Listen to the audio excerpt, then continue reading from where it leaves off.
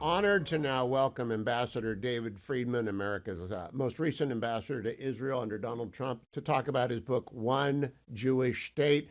Ambassador Friedman, we had a little trouble getting the book to me, and I'm glad that was providential because you're here the morning of Israel's incursion into Lebanon, which is really going after what you call the head of the snake towards the end of One Jewish State. Before we turn to the particulars of the argument that you lay out for sovereignty of Israel over Judea and Samaria, would you tell Mhm. me what your reaction is this morning to news that the 98th Division has led the way into Lebanon?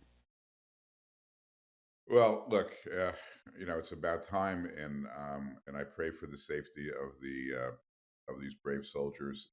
They have to clear some territory on the border there. It's very, very dangerous for the people that live in northern Israel. As you know, they've been evacuated from their homes for almost a year now, just coming up on a year.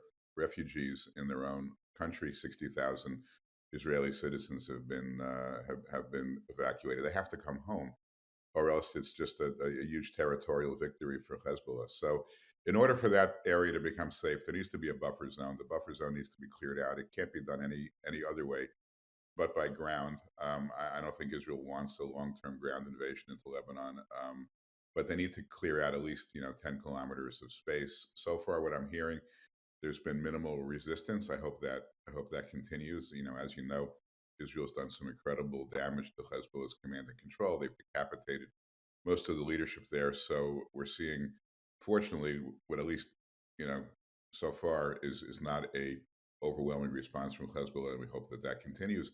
They can clear out the territory, and they can bring these poor people back into their homes in the north. Ambassador Friedman, it is very clear in One Jewish State. I read the first three chapters and then listened to the rest of the book because I realized I didn't know you were a trial lawyer. I thought you were a corporate lawyer. And then I realized this is a trial lawyer making a closing argument. And then you called your last chapter the closing argument. So I was listening to it with great interest. But at the same time, you stayed out of internal domestic Israeli politics, as I do, because I'm just not smart enough to get involved. I nevertheless Sure. have to ask you, could anyone other than Bibi Netanyahu have navigated the last month in Israel's position in the world, from the General Assembly through the assassination of Hania in Iran, through the attack on the Radwan forces to the Nasrallah operation, right through the. I mean, it really requires his 3 decades of experience to lead right now.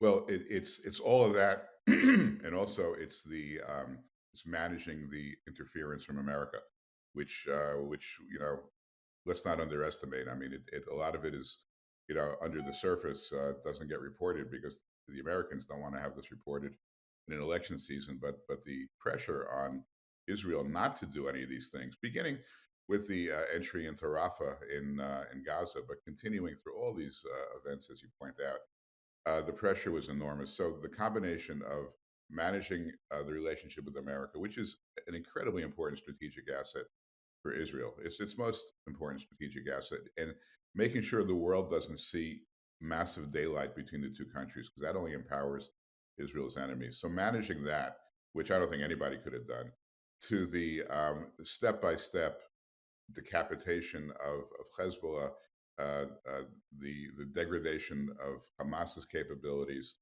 these targeted assassinations. Of course, we should give credit to these incredible, spies and engineers who managed to, do all these incredible things that we haven't seen in the history of warfare. But yeah, but I mean, Bibi gets enormous credit for this, and well deservedly so. Now, I want to make sure the audience knows One Jewish State is available now at Amazon. It's been endorsed by everybody I respect. This is the hour of Israel because I had Senator Tom Cotton on right before you, Ambassador, and Dr. Oren was on to start the hour. I want people to know that One Jewish State, though, is not about current events, it's about an eternal problem. What do the Jews, God's chosen people, do with Judea and Samaria? Do you want people to understand this is a real break with the classic blob argument that there's got to be a two-state solution? How's it been received by the blob? Well, look, it's sort of like telling people not to take penicillin. Which I don't recommend. I recommend people do take penicillin. I don't want to get into that argument, but it's like taking a conventional piece of rock solid wisdom that has motivated diplomats for 50 years and telling them that everything they've been working on has been wrong. So of course there's a backlash. But what I'm finding, you, which is interesting, is that the so-called smart people who, for whom, the two-state solution has been their mother's milk for 50 years, they don't want to engage.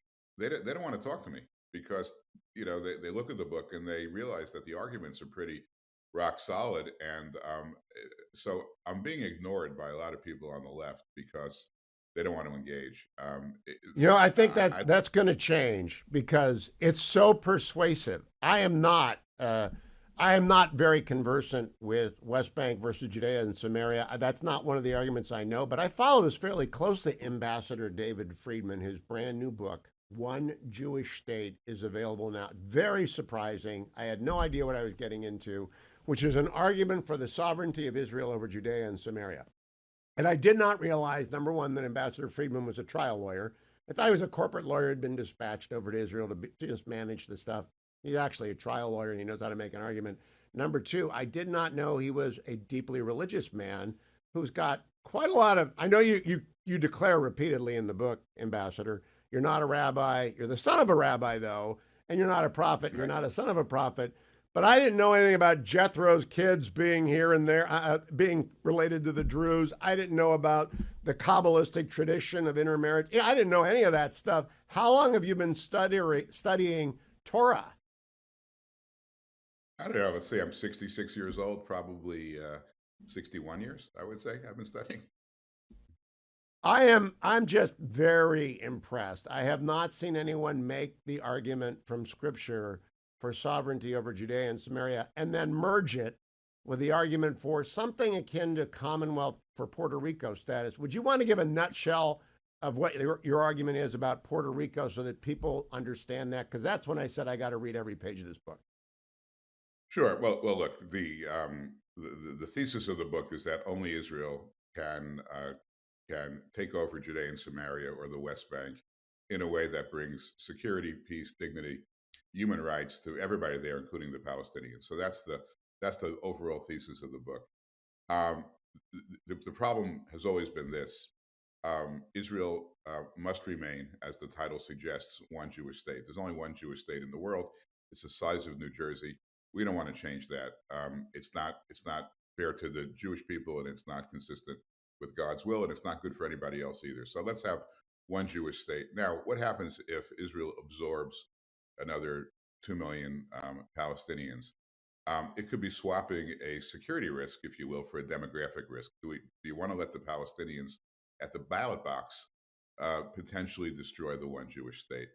And so we need to come up with some sort of a governance system that kind of threads the needle as between the right of people to plot their own destiny, and which I believe in, and the right of the Jewish people to have a single Jewish state in the land as to which the Jewish people have the best title, compare with any other people to any plot of land in the world.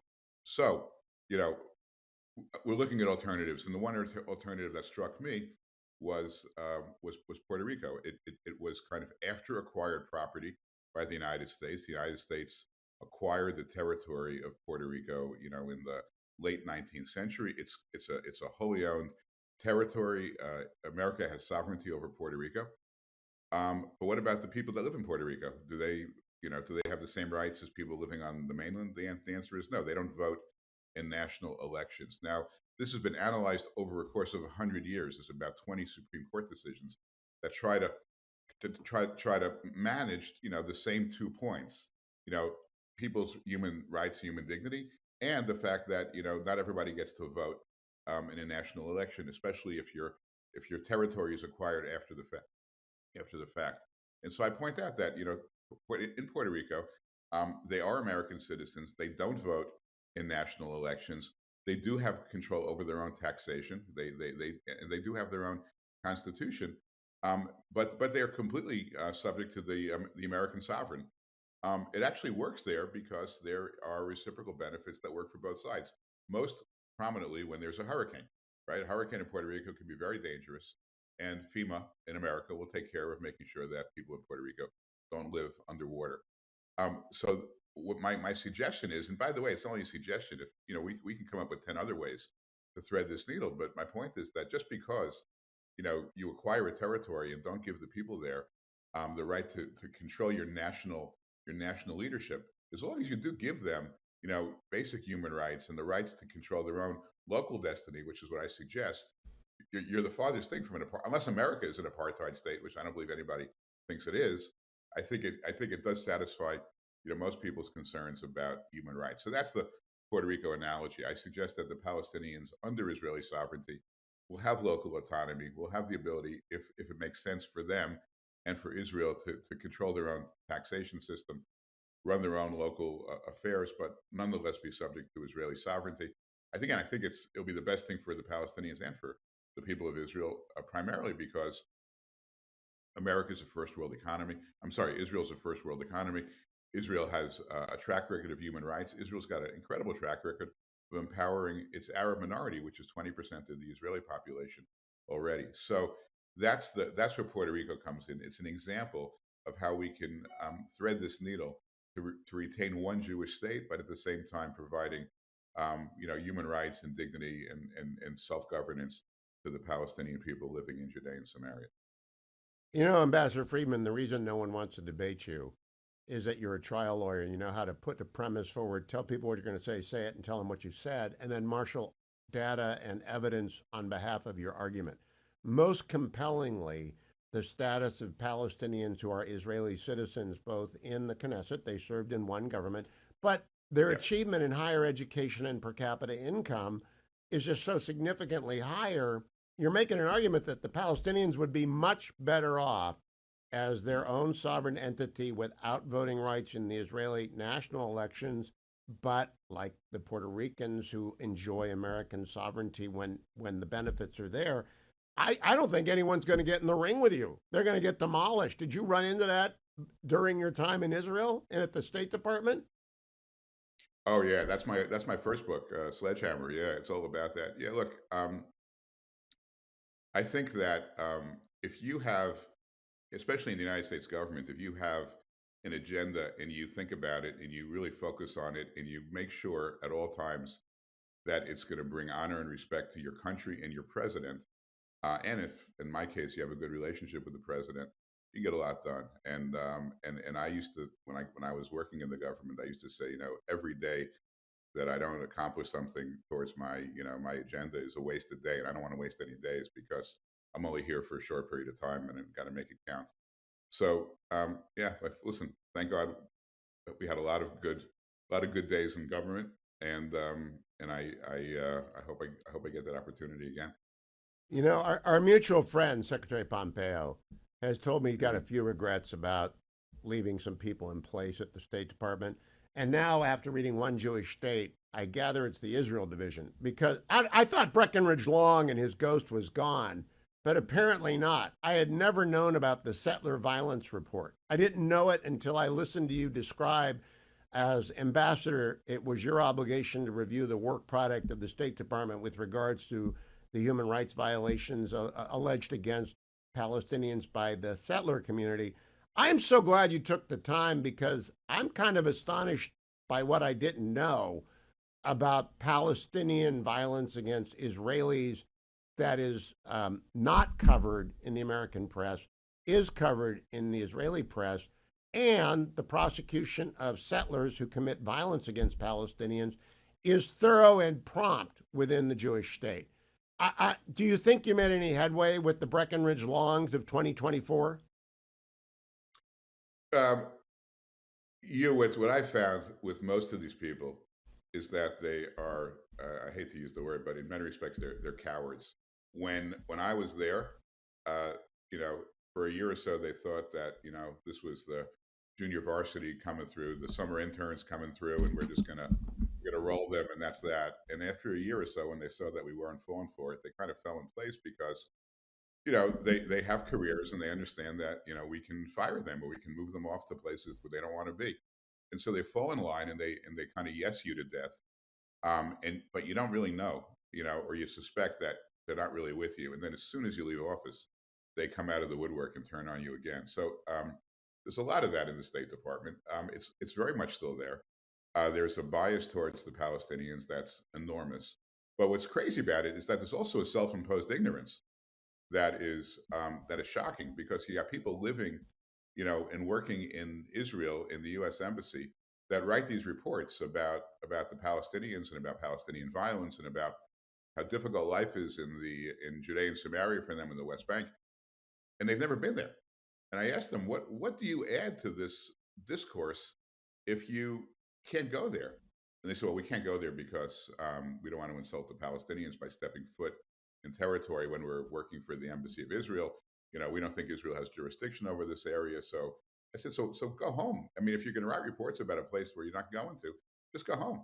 You can read the same NGO reports that you rely upon from Washington as from Israel.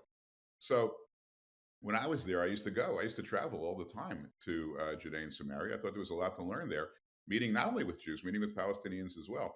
And here's, by the way, the big takeaway that nobody, the kind of the dirty secret. None of the Palestinians want to live under Palestinian rule. I mean, none of them, absolutely none of them. I mean, they're looking at Mahmoud Abbas, who's now in the 19th year of his 4-year term, completely corrupt. I mean, he's got hundreds of millions of dollars stashed away, as do all his predecessors. He favors his cronies. No human rights, no freedom of religion, no freedom of speech. The economy's a shambles. Less than 10% of what Israel produces per capita. Nobody wants to live under Mahmoud Abbas or anybody that he's grooming to take over. They see across the green line. They look at Israel. They look at the Arabs in Israel, and they say, "That's the life that we want. We want some of that. We don't want to live. We don't want to work for these. Be served. Be subservient to these Palestinian dictators." So they can't say it because they get thrown in jail if they do that. There's no freedom of speech in this part of the world, in that part of the world.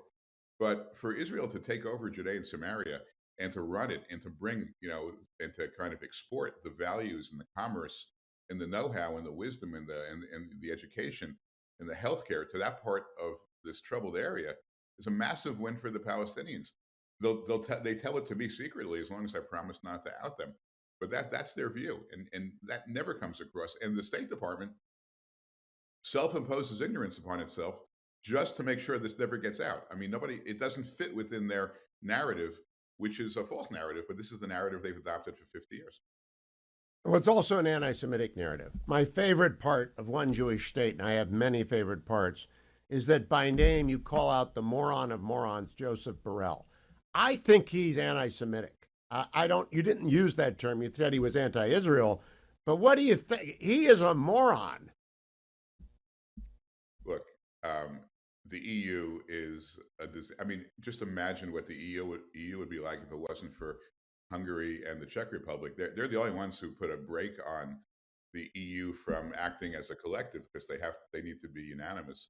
Every other country is, I mean, they hired him. Like I mean, Borrell is terrible, but Borrell is a product of the people that hired him. They can fire him if they don't like him, and they haven't fired him yet. So no, I mean, he goes out of his way to look. If you're gonna, you want to make offer some platitudes about civilian casualties.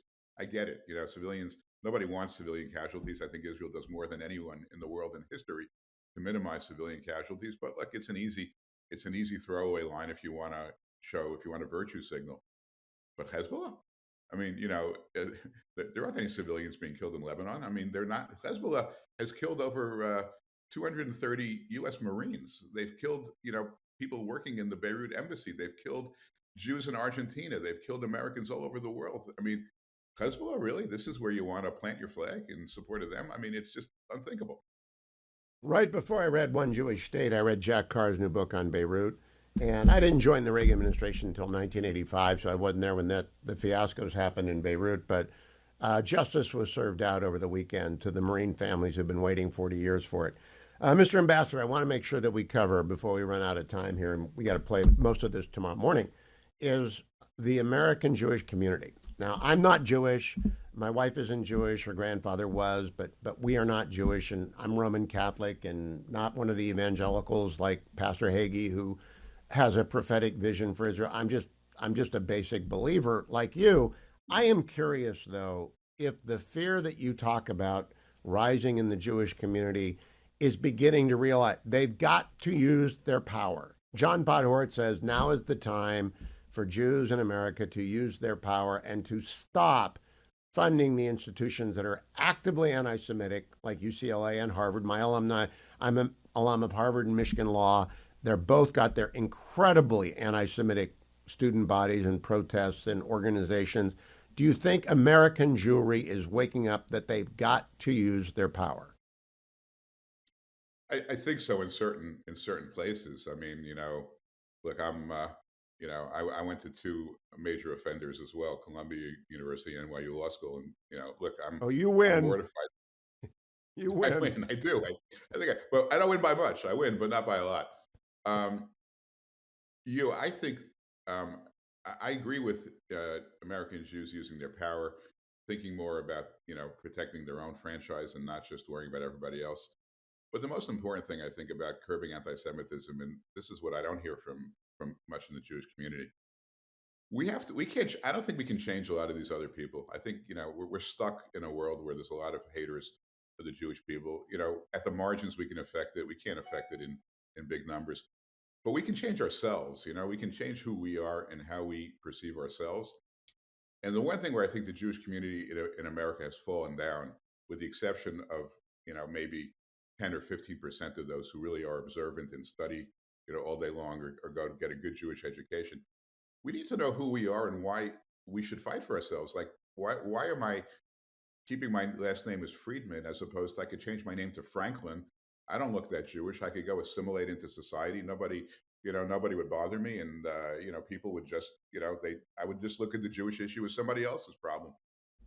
Why am I not doing that? Because I understand about the 3,000-year-old majestic legacy of what it means to be a Jew, and what we received from our parents and our grandparents going back thousands of years, about the significance of Torah study, about the significance of the faith that we have, about the values that we've given to the world, and why it's worth fighting for. And until we understand why it's worth fighting for, that's how we defend ourselves. And I don't think we're strong enough right now to defend ourselves at that level. And that's what scares me the most. I mean, those who've got lots of power and money, yeah, they'll do that. But what about all the millions of Jews? There's 3 or 4 million Jews that don't know what it means to be Jewish, don't know why it matters to be Jewish. And if we don't fix that, I don't think we're really up to the fight. I also want to close by making sure people understand. You will be surprised by one Jewish state. And I wrote down the most surprising thing is that you're not making the argument that the Haredim have to continue their deferment from the IDF. You're not making the argument that Arab Israelis don't have to serve. You're making the opposite. So Ben Gvir is not a Smotrich. They're not going to be happy with you, right? They're not going to like one Jewish state. You went where a Listen, lot of conservatives don't want to go, which is everybody's got to serve. What's the that's right. reaction in Israel to one Jewish state?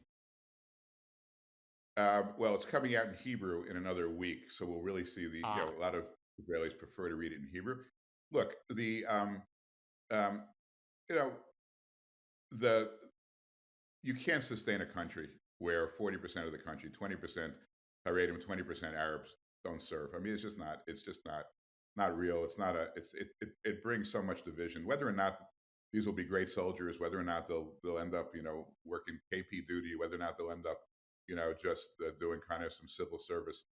Everybody's got to serve. Israel is a country where people serve their country. You have to serve the country, and you can't get away with this argument anymore that sitting in a classroom is enough, because there's plenty of soldiers who sit in the classroom and also serve their country, and they're some of the best soldiers that Israel has. Look, I don't, I didn't write this to make anybody happy. I just wrote this to lay out what I think is a sustainable path for Israel's future, and one which, again, I think, for those who care about the Bible, and look, it still sells 2,000 copies an hour. I mean, I wish my book would sell 1% of the Bible. 20 million Americans buy a new Bible every year. It still matters to a lot of people, and if without Israeli sovereignty over Judea and Samaria, Jews and Christians will lose the opportunity to go see these places, and it really does bring the Bible back to life when you can take your faith and anchor it in fact and anchor it in real history. See that these stories really happened, and see where they happened, and see the evidence as to how they happened. I think you go back home and you are recharged and reinvigorated. And I think these places have to be preserved for both the Christian and the Jewish faiths. And only Israel is going to do that. And I think that's another big part of the argument. The fact set you present, I didn't know the specifics of the expulsion from the Arab countries following World War II. And 900,000 Jews, I didn't realize that. I knew it happened. I didn't realize it was that big. I understand better now where Judea and Samaria fit into the overall vision for people who believe in sovereignty of Israel over it. And it's a fine argument and it's wonderfully made. I want to recommend to everyone you can't frame the argument. I loved your chapter about that. Don't frame the argument this way or that way. Just get the facts first. And that's Hmm. what I liked about One Jewish State. Congratulations, Ambassador Friedman. I hope you will continue to come back. You know, I only met you from afar. I accompanied National Security Advisor Bolton when he visited with Netanyahu, and our visit to the Golan Heights, where we were going to sit down with you, got canceled because of the weather. But I was in the tunnel with you. The most sacred place on earth is in the tunnel next to the Holy of Holies. And do you think American opinion is changing dramatically on Israel in the aftermath of the last year since the horrific massacre of 10/7? I mean, I think the younger, people under 30 have definitely moved away from Israel. It is not by chance. It is, I think, part of a very well orchestrated campaign. I think as soon as this war started, people who had been waiting for this moment, they came out in force.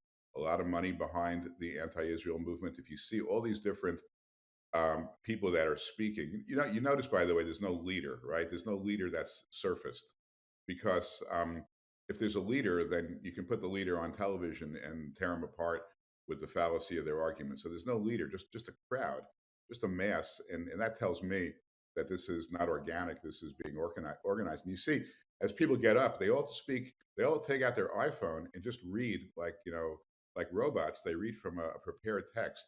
So somebody's behind this. I mean the kind of the Soros crowd, uh, others as well. I mean, there have been articles about where this money is coming from.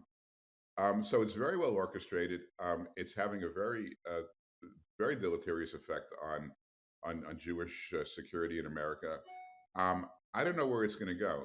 My argument, as I said earlier, my argument is we have to strengthen ourselves as Jews.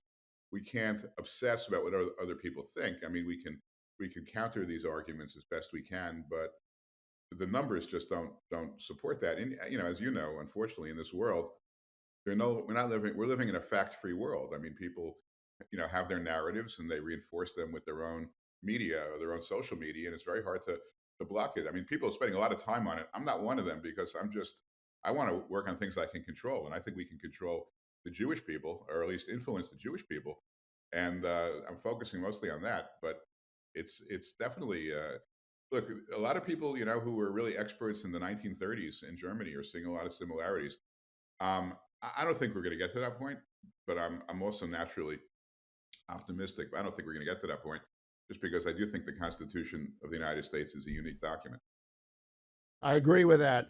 I've been teaching con law since 1996, by the way. I didn't even know about the Puerto Rico cases. It just never comes up. So now I have to go learn that. Last question, Mr. Ambassador. It seems like I listen to the Times of Israel Daily Update. I read everything Habib Reddig Gur does. I listen to Dan Senor. I listen to Yossi Klein Halevi and Danielle Hartman every time they put out For Heaven's Sake. It seems like there's a kind of Trump derangement syndrome in Israel having to do with Netanyahu. Where does an average American Gentile get good news about Israel? Where would you send them if they can't read Hebrew, but they're kind of smart and they know what they're doing and they want to know the facts on the ground, free of political stuff? I believe, I thought the Times of Israel was that, but their anti Netanyahu bent is coming through every day. Yeah, I would look at JNS. I think it's called. I think it's Jewish News Service. Jonathan Tobin. Yes. I think he's a very serious guy and puts out a daily news feed. I think they're the best for this stuff. But you're right. I mean, look, the mainstream media in Israel is further left than the mainstream media in America. And Wow. but look, here's what's different about Israel than any other country. The younger people in Israel are more conservative than the older. The future of Israel is trending conservative. That's unique, and it's not changing. And because the younger ones have just grown up with this incessant drip, drip, drip every day of anti-Israel sentiment around the world, and they're fed up. And the soldiers are incredibly brave, and the people are very patriotic. Look, I'm very bullish on Israel, notwithstanding the year that they've had. I'm very bullish. I think they've learned a very hard lesson from October 7th, but they've internalized the lesson. What they've done in the last 2 weeks is nothing short of miraculous. How they've turned the tables on their enemies. God's going to protect Israel. The Israeli people are going to protect Israel. Jews in America, less confident, okay, but certainly confident about Israel. I'm confident about every Christian, Roman Catholic, Protestant, whatever denomination. Blessed to be a blessing is learned in every Sunday school, and I think to the extent that the American church prospers as well, that partnership will continue. Ambassador Friedman, you've been very generous. I look forward to having you back. One Jewish State should be a bestseller, should be in everyone's desk. And get the facts before you make an argument about Israeli sovereignty over Judea and Samaria, because if you've read Ambassador Friedman's book, you're going to change the way you think. Thank you, Mr. Ambassador. Thank you. Your pleasure being with you as always. Pleasure being with you. Bye-bye.